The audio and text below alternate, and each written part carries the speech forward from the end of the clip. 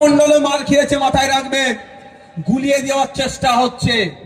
এই বিজেপি শুধুমাত্র মুসলমানের বিরুদ্ধে নয়, এই বিজেপি খেটে খাওয়া মানুষের বিরুদ্ধে, এই বিজেপি সম্প্রীতির বিরুদ্ধে, এই বিজেপি ঐক্যের বিরুদ্ধে। তাই এই বিজেপির বিরুদ্ধে সকলকে ঐক্যবদ্ধ লড়াই করতে হবে। ওরা কি করেছে, ওদের অপরাধটা কি? ও যেখানে ওরা সারা বছর ওখানে প্যাটিস বিক্রি করে, লোকজন আসে একটু প্যাটিস বিক্রি করে, ওই প্যাটিসটা নাকি চিকেন প্যাটিস ছিল, ওই জন্য মার খেতে হয়েছে। এবার আপনাকে বলি, ওই যে ছোলা নাকি বিক্রি করছিল এখানে, ওকে আমার যদি আমার না ভালো লাগে, আমি কি বলবো, ভাই এখান থেকে তুমি চলে যাও, ডিস্টার্ব হচ্ছে। এর থেকে বেশি কিছু বলা যাবে কি? ভাই তুমি চলে যাও। তা না করে যদি দুমদাম মার দেওয়া হয়, এটা মানে কোথায় দাঁড়াচ্ছে? তো গীতা পাঠের অনুষ্ঠানে চিকেন নাকি খাওয়া যাবে না। আমার হিন্দু সমাজ সম্পর্কে অত ডিপলি আমার ধারণা মানে জ্ঞান নাই, আমি গীতা ডিপলি পড়িও নি, সুতরাং আমি বলতে পারবো না ওখানে লেখা আছে কি না নাই, আমি এই বিতর্কে যাব না। তারপরেও বলছি, যদি মনে করে ওখানে চিকেন খেলে অপরাধ, তাহলে ওকে বলা দরকার, ভাই তুমি চলে যাও, এখানে এসব বিক্রি করবে না। তার পরিবর্তে হামলা চালালো, প্রাণঘাতী হামলা, মব লিঞ্চিং করা হলো, তাকে ধরেনি।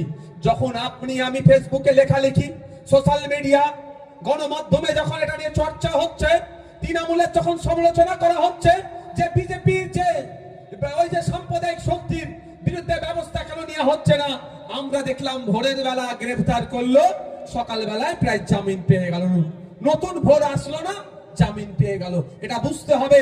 তা আপনি আমি চেষ্টা করছি বিজেপিকে আটকাবো, আপনি আমি একা আটকাতে পারবো না।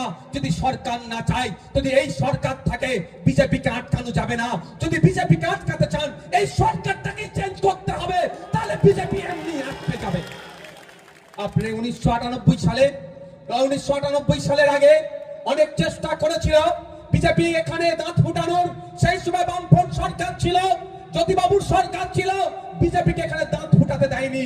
যতবারই বিজেপি নামক চারা গাছ বপন করেছে, জ্যোতিবাবু তখনই বিশেষ ফেলে দিয়ে চারা গাছকে নির্মূল করেছে। তখন বিজেপি দেখলো এইভাবে সম্ভব নয়, সেই সময় কংগ্রেস থেকে মমতা ব্যানার্জিকে বার করে এই বিজেপি লালকৃষ্ণ আডবাণী, অটল বিহারী বাজপেয়ী জিরা মমতা ব্যানার্জির হাতে নতুন দলের ঝান্ডা তুলে দিল বিজেপিকে প্রমোট করার জন্য। এই ক্যামেরা হচ্ছে প্রমাণ। আমি যদি মিথ্যে কথা বলি, আমাকে ছাড়বে না। আমার নামে মিথ্যা 20খানা মামলা হয়ে গেছে, 20টা মামলা হয়েছে। আর আমি যদি এখন ওদের নামে মিথ্যা কথা বলি, আমাকে ছেড়ে কথা বলবে না। তাই 1998 সালে বিজেপি দায়িত্ব নিয়ে তৃণমূল কংগ্রেসের জন্ম দিল, যাতে পশ্চিম বাংলায় বিজেপি চাষ করা